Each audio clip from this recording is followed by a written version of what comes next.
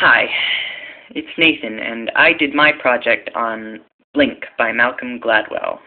And it's a book about rapid cognition, the sort of thing that happens in the blink of an eye, according to Malcolm's own website. And it details how the smallest little pieces of information can change the way you make decisions in just about everything from emergency situations to marketing. Gladwell supports these conjectures by drawing on recent cognitive research, and essentially the book gives scientific evidence to what is obvious, that those who can weed through the extemporaneous and irrelevant can make better decisions than those that can't and end up hung up on first impressions. Gladwell also continues past this, giving examples of the applications of the research, as well as why and how rapid cognition can often go awry.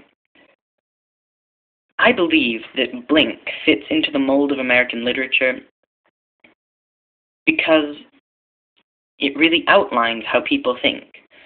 When I personally first thought of this year's English class as an example,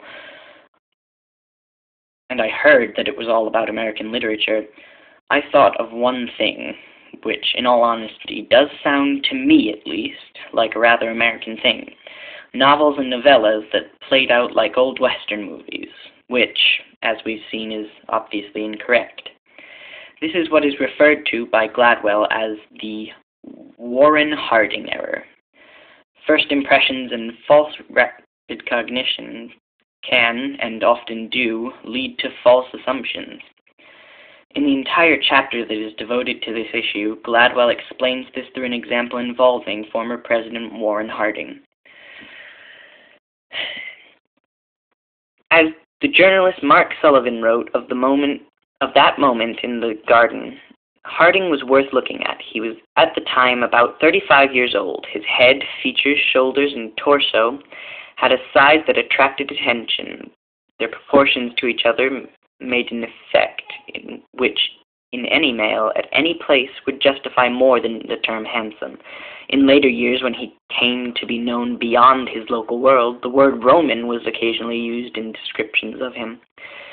As he stepped down from the stand, his legs bore out the striking and agreeable proportions of his body, and his lightness on his feet, his erectness, his easy bearing, added to the impression of physical grace and virility. His suppleness, combined with his bigness of frame, his large, wide-set, rather glowing eyes, heavy black hair, and markedly bronzed complexion gave him some handsomeness of an Indian. His courtesy as he surrendered his seat to another customer suggested the genuine friendliness toward all mankind. His voice was noticeably resonant, masculine, and warm. His manner as he bestowed a tip suggested generous good nature, a wish to give pleasure based on physical well-being and sincere kindness of heart. In that instant, as Dougherty sized up Harding, an idea came to him that would alter American history. Wouldn't that man make a great president? After being elected to the U.S. Senate in 1914, Harding was absent for the debates on women's suffrage and prohibition, two of the greatest political issues of his time. He advanced steadily from local Ohio politics only because he was pushed by his wife, Florence, and stage-managed by the scheming Harry Dougherty, and because, as he grew older, he grew more and more irresistibly distinguished-looking.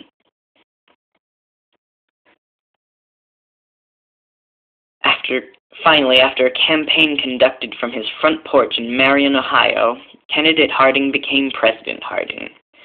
Harding served 2 years before dying unexpectedly of a stroke and was, most historians agree, one of the worst presidents in American history.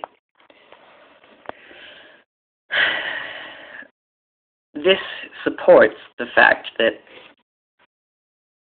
first impressions can often be misleading, and this is also supported by a snippet from Gladwell's website, a clipping from an interview he had with a reporter about his first inspirations for Blink.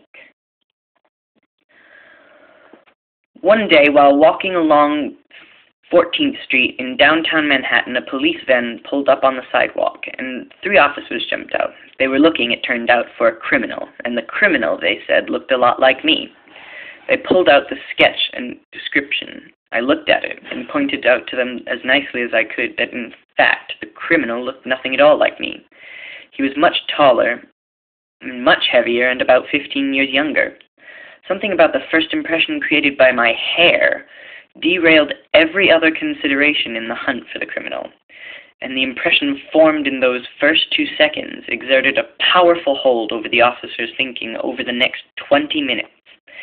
That episode on the street got me thinking about the weird power of impression.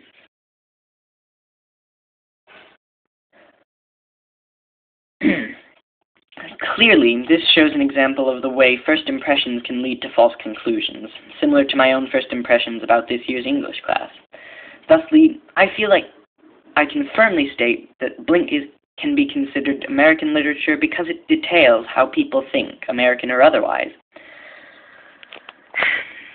Now, before Gladwell wrote Blink, he was a reporter for the Washington Post, covering business and, more importantly, science. I believe that this interest in science prompted Gladwell to write Blink. I believe that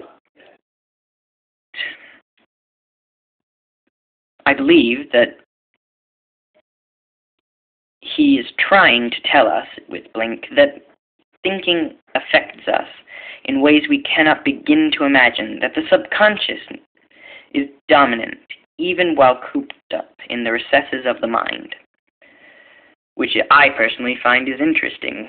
And that brings me to my next point.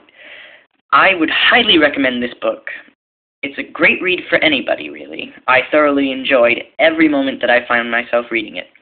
It was actually recommended to me by someone I know who read the book, and I know that anybody who enjoys intellectual stimulation will find this book absolutely fascinating. Happy reading.